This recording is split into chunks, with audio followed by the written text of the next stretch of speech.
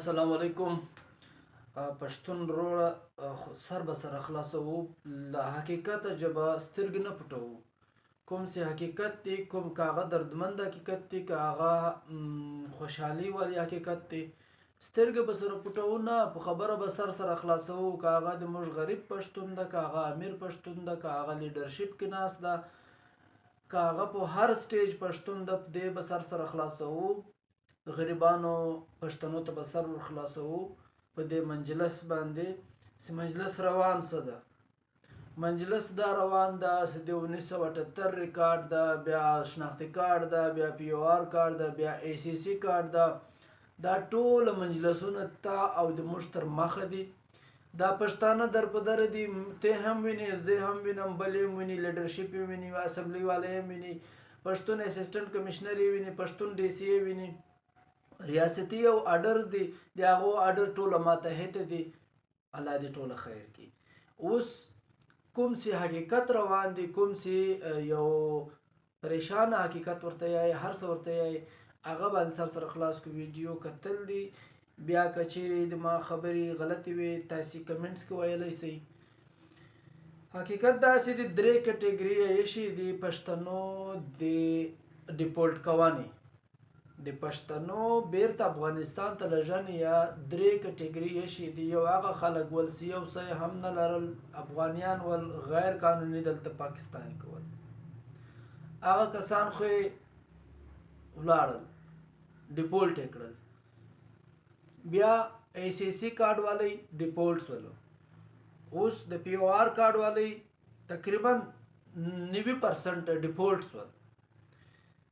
بیا په خاندان کې چې کوم خلک هغه ول چې هغو کارډ هم لارو، شناختي کارډ، او هغو بیا پی او آر کارډ هم ځینو جوړ کړی و په خاندان کې، هغه هم تر ډېره حده پورې په هغو کې هم پریشان شول او دغه فیصله بهتره وبلله چې موږ هم ځو.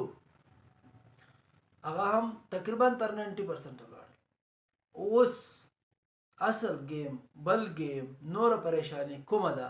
هغه پریشانی دا ده هر هغه کسان پښتانه چې چا له چا سره یا همدردي کړي، یا په صحیح یا په غلط، یا په صحیح لاره یا په غلطه لاره، یا د یو بل په مشوره یا بغیر مشورې د یوه له خاندانه په بل په خاندان کې د ځان راوستی، شناختي کارډ یې جوړ کړی، هغو په خوشحالي ورکړی، په خوښي یې ورکړی. اوس بندېدا شروع ده. اوس هغه خلک ټوټل معلوم شوي دي، هغه اوس د هغو پیز شروع ده. اول خلک خو ولاړل چې نه لرل، ای سی سی کارډ ول هغه ولاړل، پی او آر کارډ هم تقریبا ولاړی. اوس د هغو خلکو واری ده چا چې په خاندان کې د بل په خاندان کې ځان نیستی، دواړو ته به سزا هم ورکوي. چا ته سزا ورکوي؟ دواړو ته. اوس به څه په کار دي؟ له ځانه سره ښه وکړئ، له غریبانو پښتنو سره ښه وکړئ. اول نه و په کار دا قدم هم اخیستی وی چې دا قدم هم واخیست.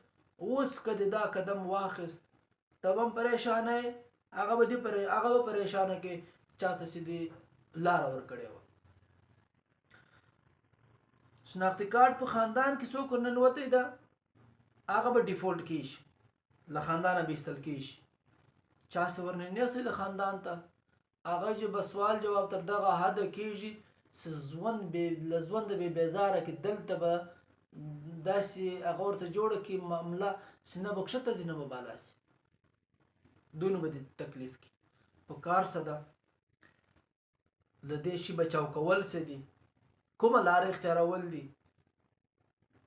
ته په کار ده درته چې ته اف آر سی وباسې، فیملی رجسټریشن سرټیفیکټ، که کوم هم بچي ته شناختي کارت جوړوي یا برث سرټیفیکټ نه سبا تصویرانو والی جوړوي، په دې کې به ته څه کوې؟ په کار ده چې څوک تا راوستی د خاندان ته، که خاندان ټوله پې خبر ده که نیم پې خبر ده، ځان بچاو کول دپاره او هغه کس بچاو کولو دپاره به ته خپل کوچني ته، ماشوم ته دا شی ښیې چې دغه هم د موږ په خاندان کې به ته ښیې کې حال درجه وکړو چې او دا مې اکا ده، یا دا مې ورور ده، یا دا مې خور ده، یا دا مې مور ده، یا دا مې پلار ده، یا دا مې نیکه ده. هر څوک په کوم لیول باندې په کومه رشته کې تا درګډ کړی ده، په هغې رشتې مطابق له دې شي ځان بچاو کول دي. که نه حالات موجوده دا یایي نه 78 مني نه 79 مني نه بله مني نه بله مني. پښتون ته یو غټ مصیبت جوړ کړی دا په دې شناختي کارډو باندې، او د تا او د ما او د لیډرشپ او د پښتنو یک اواز سوي نه یاست. په قسم که مې خوند واخیست اواز هم نه یې پورته کړی، هم په عدالت کې، هم په ډي سي دفتر کې، هم په کمیټیانو کې، هم وفاق ته، هم ریاست پاکستان ته که ریکویسټ کوي، که په مجموعه ورسره کوي، که جرګه ورسره کوي، که هر څه کوي، که د نن وکول ودې کول، که د نه وکول بیا دغه اور د هر هغه پښتون تر کوره پورې هم رسیږي. سا به د دې ځای ته راولي، که 78 لري، که 65 لري، که هر څه لري. یو ور به دې ښه وچیړي، یو ور به دې ښه دیوالو ووهي. نو په کار ده چې د دغو پښتنو دپاره باید ستاسې اواز راپورته کوي، او چاسې خاندان کې څوک نیستي دي او څوک ورغلي دي، هغه په خپل مابین کې خپله پښتنواله چې مخکې سره کوله، اوس هم هغه پښتانه یاست، اوس هم هغه پښتنواله سره وکوئ. یو بل ته پریشاني مه جوړوئ، دا پریشاني ختمې شي، بیا بله طریقه باندې به اختیار کوئ، څوکه به راسئ، عدالت ته به راسئ، و به کوئ، اسټامونه په خپل مابین کې سره لیکئ شي. نه به مې کاوه د قانون خلاف ورزي وه چې ودې کاوه، اوس انکار مه ځینې کوه، اوس مخ مه ځینې اړوه، پریشاني ځان ته هم جوړوي، پریشاني هغه ته هم جوړوي.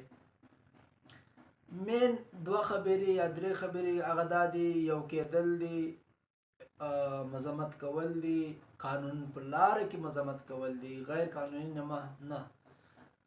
پریشانی را روانې دي، پریشانی جوړې دي، تا او د ما له مخه دي.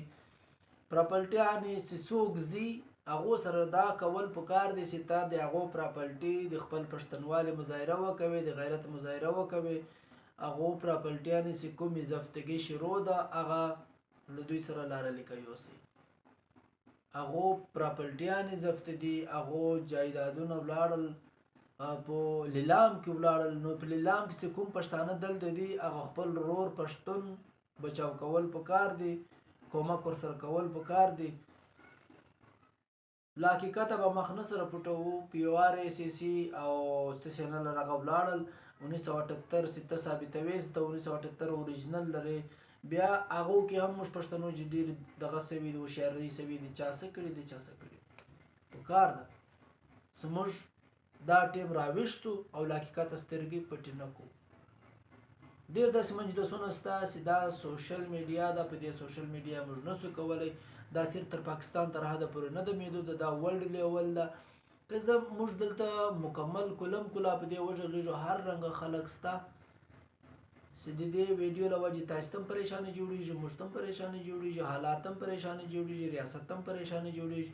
نو پکار ده چې نه ځان ته، نه تا ته، نه بل ته، نه ریاست ته، نه حالاتو ته پریشاني جوړه کړو، په کمو په اشارو باندې سر سره خلاص کړو.